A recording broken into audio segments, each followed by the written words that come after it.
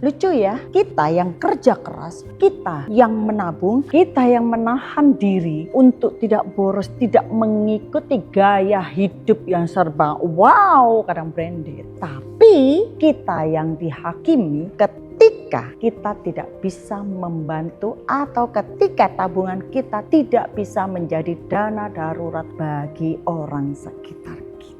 Lucu memang, mereka yang hidupnya boros, mereka yang tidak bekerja keras, mereka yang kadang malas dan terlalu lemah, sedikit izin sakit, sedikit ada ini itu, banyak urusan yang harus diurus. Sementara sampai gaji mereka tidak bisa untuk hidup, mereka yang tidak menabung, mereka yang tidak planning untuk masa depan mereka, tapi begitu menemukan masalah, larinya langsung di kita yang dianggap mampu. Selalu omongannya, kamu kan keluarga, kalau dari keluarga. Kamu kan bos, kalau dari staff.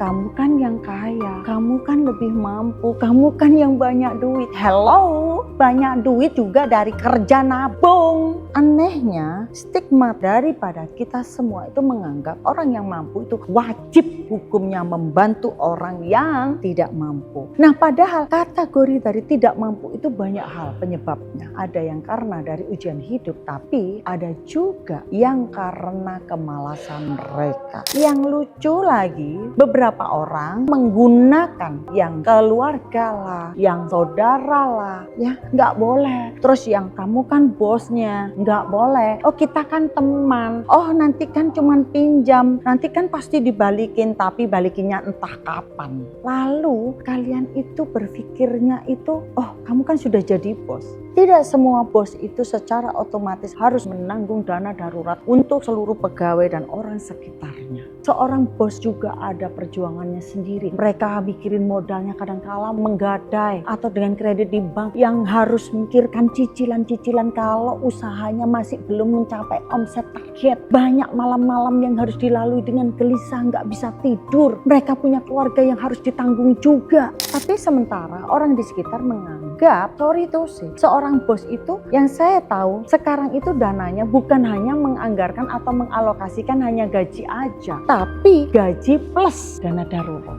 Karena kadangkala mereka yang mau nikah yang harus mendanai bosnya dulu, nanti dicicil. Lah mereka yang nikah kita yang bayarin. Nanti ada yang melahirkan, mau melahirkan, pinjam bosnya lagi. Mereka yang mau punya anak, kita yang keluar duit. Bukannya semuanya harus planning ya. Itu kan hidupmu sendiri, tanggung jawab sama dirimu sendiri. Jangan menarik orang lain untuk masuk ke dalam tanggung jawab, mengambil porsi tanggung jawabmu. Itu namanya kamu gak bijak dan gak dewasa.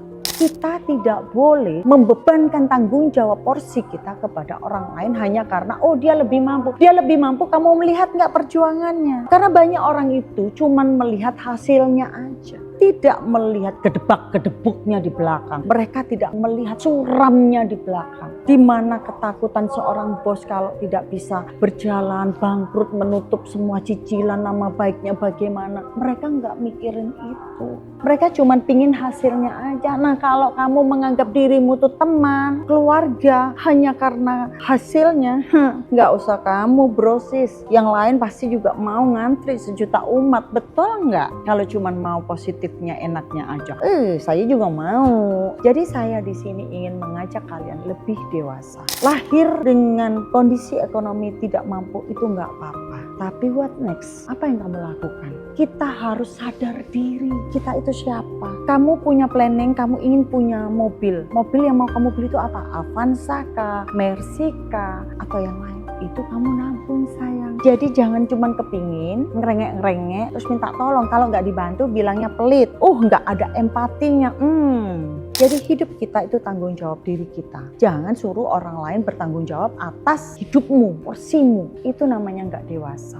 Please be smart. Jadi bedakan antara membantu orang yang memang lemah atau memang layak dibantu untuk dia bisa bangkit lagi, dengan harus terus-terusan menjadi tonggak penyangga dari orang yang tidak mau belajar hidup mandiri. Itu beda sayang. Jangan sok baik, jangan sok suci. Karena yang Tuhan inginkan, pencipta kita itu inginkan adalah kita harus berbuat benar. Bukan baik tapi tidak benar. Karena berbuat benar itu meski kelihatannya tidak baik, tapi hasilnya kelihatannya pasti bagus. Benar terlihat kadangkala sadis, jahat, tapi demi kebaikan. Tapi berbuat baik kelihatannya baik, tetapi itu sama juga memupuk rasa malas, memupuk rasa orang itu tidak mau bangkit. Sama juga mematahkan kakinya atau sayapnya untuk bangkit. Oke sayang, be smart.